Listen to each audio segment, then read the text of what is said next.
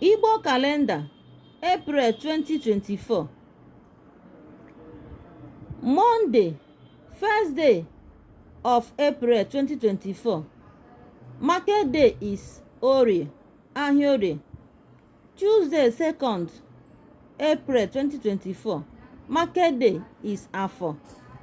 Wednesday, 3rd April 2024. Market day is Nkwo. Thursday, 4th Eke. Friday, 5th Orie. Saturday, 6th Afo. Sunday, 7th Nkwo.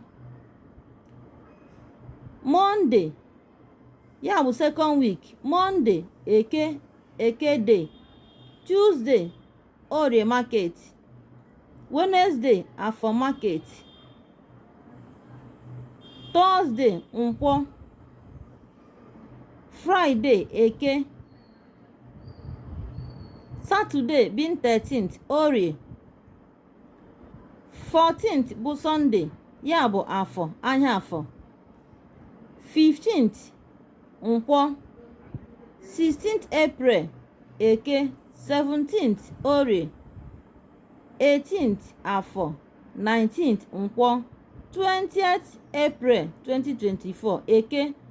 21st Orie. 22nd Afọ. 23rd Nkwo. 24th Eke. 25th Orie. 26th Afọ.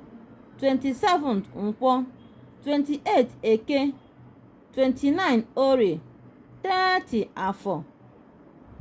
Ọ bụ na ọ gbara abalị 13 mbụ ọnwa April 2024, ebe a ka ọ kwụsịrị. Ebe ndị nke a bụzi ọnwa ise, ọ ya bụzi abalị mbụ n'ọnwa ise ga-abụ Nkwọ.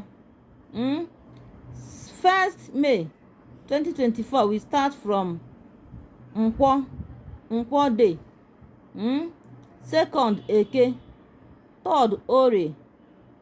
4th Afọ. 5 Nkwọ. 6 Eke. 7 Orie. 8 Afọ. 9 Nkwọ. 10 Eke. 11 Orie. 12 Afọ. Ndị anyị ji ihe na-acha iche, mkpịsị na-acha iche dee bụzi next month mbụ May 2024.